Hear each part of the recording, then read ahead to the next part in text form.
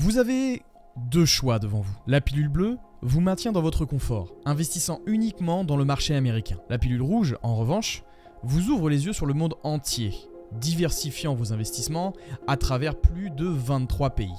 Quel chemin allez-vous choisir? Vous contenter simplement du marché américain ou explorer d'autres opportunités d'investissement? Accrochez-vous bien et restez bien jusqu'à la fin de cette vidéo, car cette décision pourrait bien changer pour toujours votre portefeuille d'investissement. Au sommaire de cette vidéo, investisseurs, nous allons voir plusieurs points. Lequel choisir? Le S&P 500 ou le MSCI World? Premièrement, on va décomposer la vidéo comme telle.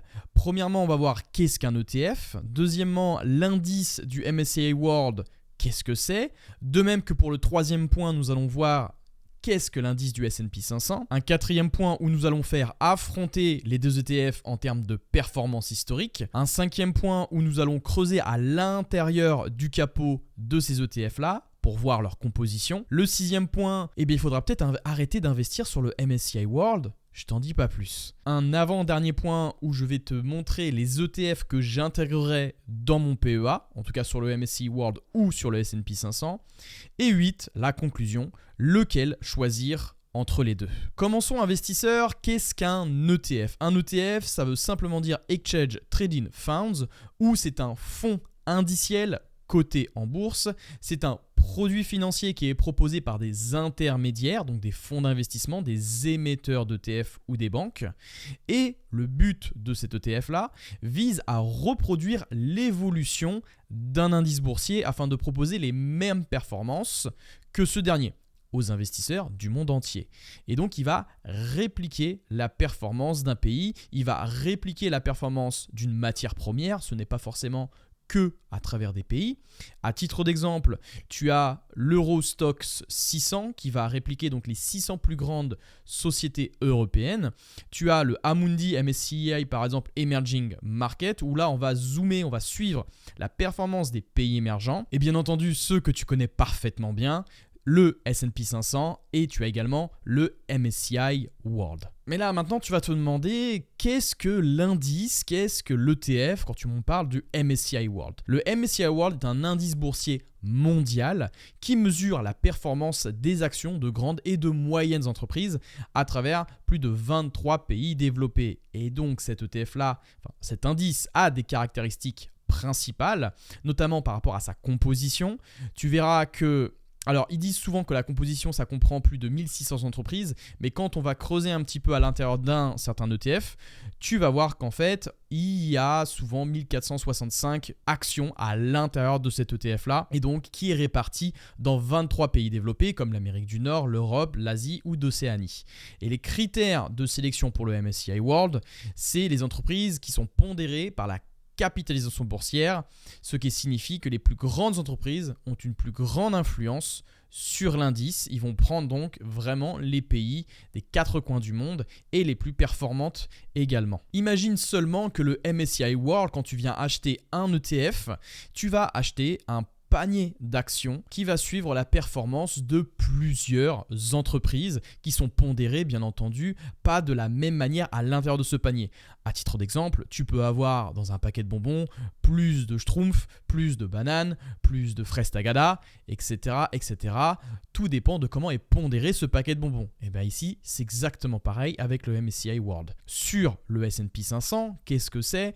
Le S&P 500, lui, par contre, va se concentrer et va mesurer la performance de 500 entreprises cotées en bourse aux États-Unis.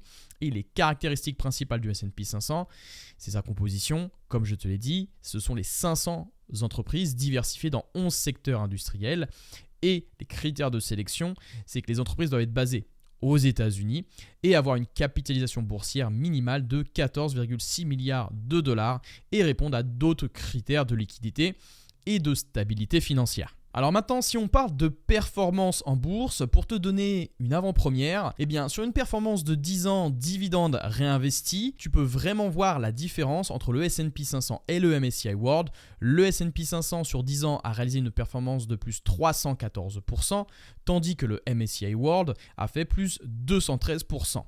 Mais ici, c'est sur 10 ans. On va retourner un petit peu en arrière, voir ce qui se cache derrière cela. On va se donner rendez-vous directement sur mon écran investisseur. Ici, donc, on est sur le S&P 500 avec 1000 $ investis de 1978 à 2024. Et donc, comme tu peux le voir, sur 46 ans de performance, eh bien, l'indice, tu vois, avec 1000 $ investis, voici ce que ça aurait pu donner en 46 ans. Une performance, tu vois, tu aurais retrouvé des gains, tu vois, avec 1000 $, je veux dire, investis sur le S&P 500, tu aurais gagné 190 459 $. Ce qui nous donne une performance, ici je vais te le souligner, tu vois, une performance avec dividendes réinvestis avec 12,06% par an en moyenne sur 46 ans. Il faut savoir que si on reprend par rapport à 1900, tu vois, je vais prendre sur 100 ans, d'accord, de 1924 à 2024, il faut savoir que le S&P 500, c'est l'un des indices où il y a le plus de données historiques pour les investisseurs et c'est pour ça que nous, souvent en bourse, on souligne cet indice-là et comme tu peux le voir sur 100 ans, on a une performance, tu vois, de 10,54% par an en moyenne sur 100 ans avec bien, tu vois ici, tu vois, dividendes réinvestis et donc tu vois que la courbe est tout à fait exponentielle dans le temps sur le S&P 500. Donc voilà ce que je peux te dire sur le S&P 500 par rapport à ses performances. Maintenant, on va voir par rapport au MSCI World. Le MSCI World ici, donc on est en euros, donc on prend toujours sur 45 ans de décembre 1978 à avril 2024. On peut voir que le taux de croissance annuel, alors là, comme tu peux le voir, oui, on est sur une échelle de temps beaucoup plus courte, 45 ans, d'accord, comme tout à l'heure avec le S&P 500. Le S&P 500, tout à l'heure, on était aux alentours de 12%. Ici, ce qu'on peut voir, c'est qu'il y a un taux de croissance annuel composé au niveau du MSCI World de 10,31%. Donc ici, c'est reste une très bonne performance. Ici, tu as le rendement moyen annualisé, tu vois, sur les 5 dernières années, on est à 11,5, sur les 10 dernières années, on est à 11,7, sur les 40 dernières années, on est à 8,7%. Donc tu peux voir que oui, le MSCI World est tout à fait performant également. Bien entendu, je mets un disclaimer, ceci n'est pas un conseil en investissement. Toute performance passée ne préjuge pas des performances futures. Fais bien tes propres recherches à côté. Alors maintenant, si on les met côte à côte, on va voir lequel des deux gagne. Bon, tu t'en doutes bien du coup si on a comparé les deux performances. Ici sur le graphique que tu vois, concrètement, l'évolution est en faveur du S&P 500 par rapport au MSCI World où on a une différence de 200% environ. D'accord, donc c'est là que tu vois quand même que le S&P 500 est très nettement plus performant que son camarade le MSCI World. Alors ici, tu as vu, on est sur donc une performance depuis mai 19 2010. Donc ici, on est sur environ 14 ans, tu vois. Donc il faut voir aussi à l'avenir comment ça évoluera. Mais là, depuis 14 ans, tu vois qu'il y a une très nette différence de performance entre les deux. Qu'est-ce qui se cache désormais sous le capot de ces deux ETF? On va commencer par le S&P 500 investisseur. Alors accumulating, ça veut dire accumulant, ça veut dire capitalisant. C'est-à-dire que les dividendes sont réinvestis automatiquement au sein de ce fonds. Parce que imagine, comme je te l'ai dit tout à l'heure, le S&P 500 c'est un panier d'actions. Il y a actions à l'intérieur, il y a des actions. Forcément, certaines d'entre elles versent des dividendes. Donc en fait, le fonds va réinvestir automatiquement pour toi. Et ce qui est bien, c'est qu'en termes de fiscalité, toi, tu n'as rien à déclarer, d'accord? Tu n'es pas imposé sur les dividendes perçus parce que c'est le fonds qui perçoit ces dividendes et qui les réinvestit à ta place. Donc là, il y a des gains fiscaux que tu peux faire.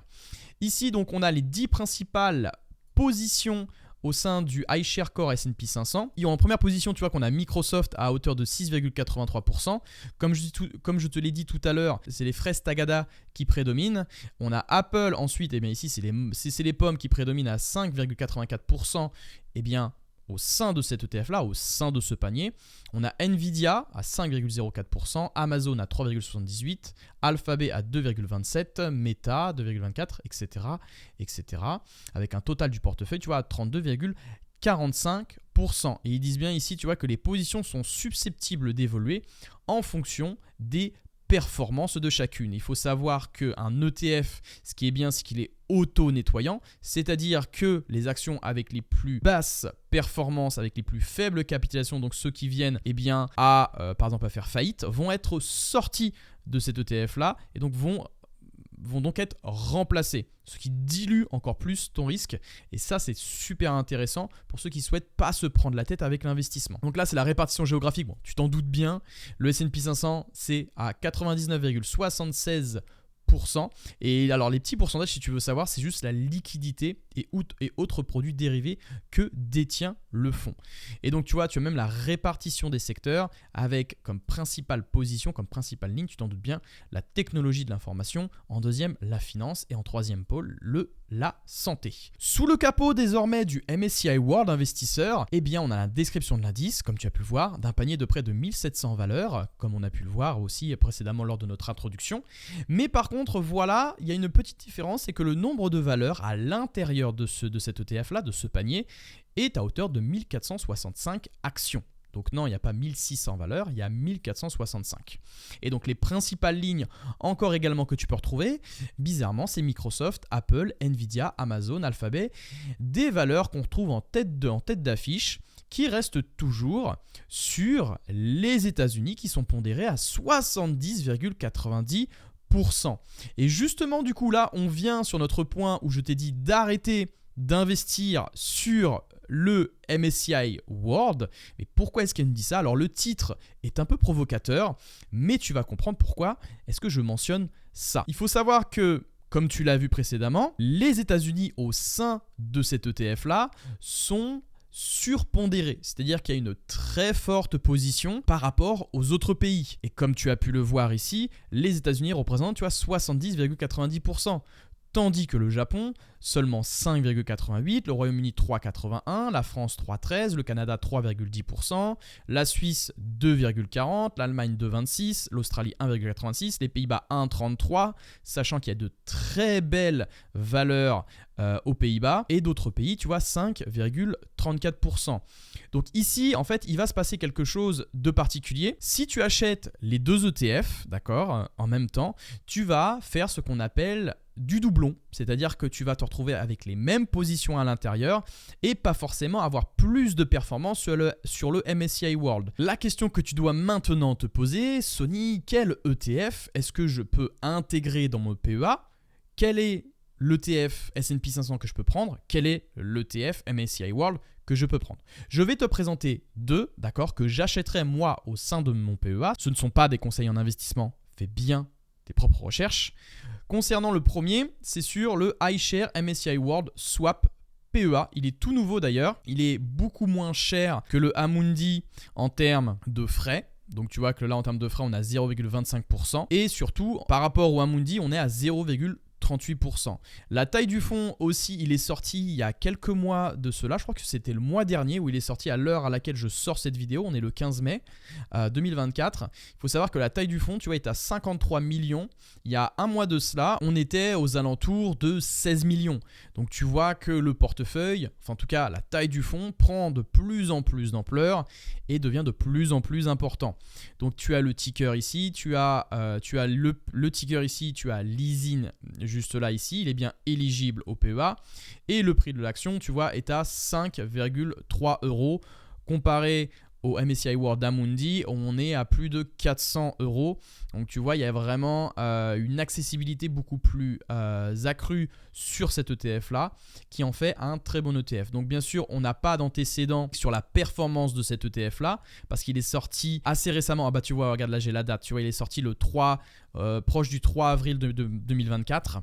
Forcément, on n'en a pas. Mais par contre, l'indice est apparu en 1978. Donc oui, on a un antécédent, on a des données historiques sur le MSCI World et on a également quand même une confiance sur iShares. C'est BlackRock qui a émis cet ETF-là.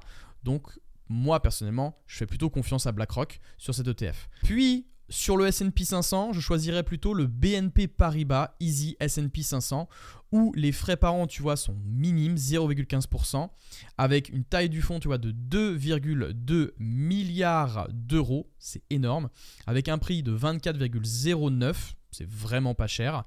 Et tu vois que là, on a quand même de la performance sur cet ETF-là. Tu vois, si je prends Max, tu vois, il est apparu, donc là, c'est les données sur Just ETF, le 23 septembre 2013. On a donc une très très belle performance, tu vois, de 359%, ce qui est excellent. Le ticker, il est juste là. tu as Lysine, le ticker est ESE, et Lysine juste ici. Je t'ai mis un tableau également récapitulatif concernant ces deux ETF là. Donc tu vois, tu as le ticker, tu as des D2, du S&P 500 et du MSCI World, les frais, les prix de la part, l'encours et la performance sur 5 ans. Je n'ai pas mis de performance sur le MSCI World comme je t'ai expliqué parce qu'on n'a pas suffisamment de données historiques sur le iShares MSCI World Swap PEA. Ensuite, tu vas me demander, ok, le cas de choisir maintenant. C'est mon avis personnel. Tu peux choisir le S&P 500 si tu souhaites avoir une exposition spécifique au marché américain, si tu recherches un indice qui est très suivi, si tu veux de nombreuses données historiques sur plus de 100 années, tu peux du coup faire confiance au S&P 500, en tout cas sur les données historiques. Et si tu veux avoir plus de performance, également parce que le S&P 500, ça reste le roi, en tout cas sur les marchés financiers. Il est beaucoup plus concentré et c'est là où il y a le plus de performance. Puis, tu as du côté bleu, choisir le MSCI World si tu souhaites avoir une diversification géographique mondiale. Si tu recherches à investir dans une plus large gamme de marchés, donc au-delà des États-Unis, même si les États-Unis représentent 70% de cet ETF-là. Mais cependant, il faut être conscient que tu auras un petit peu moins de performance, mais par contre, tu es plus diversifié. Et in fine, comme je le rajoute en bas, le choix va dépendre de ton objectif d'investissement et de votre appétit, je me rajouterai même au risque, et de votre appétit pour la diversification géographique. Attends, j'ai encore une petite surprise pour toi. Cette surprise, c'est le premier lien dans la description de cette vidéo. C'est quoi? C'est une formation 100% gratuite où je te révèle tous mes secrets d'investissement et mes méthodes qui m'ont permis de forger 200 000 € de patrimoine grâce à la bourse en moins de 3 ans. Je t'explique comment est-ce que je me suis pris avec les ETF, avec les actions à dividendes, comment en gros bien investir en bourse pour sécuriser et bâtir sa liberté financière grâce à la bourse. Investisseur, j'espère que cet épisode t'aura plu. N'hésite pas à lâcher ton plus beau pouce bleu et à t'abonner et à laisser un petit commentaire afin de savoir si toi, tu préférais acheter l'ETF S&P 500 ou le MSCI World. Fais-le moi savoir en commentaire et j'échangerai avec grand plaisir avec toi. Investisseur, c'était Sony. Que la croissance et le rendement soient avec toi. Ciao.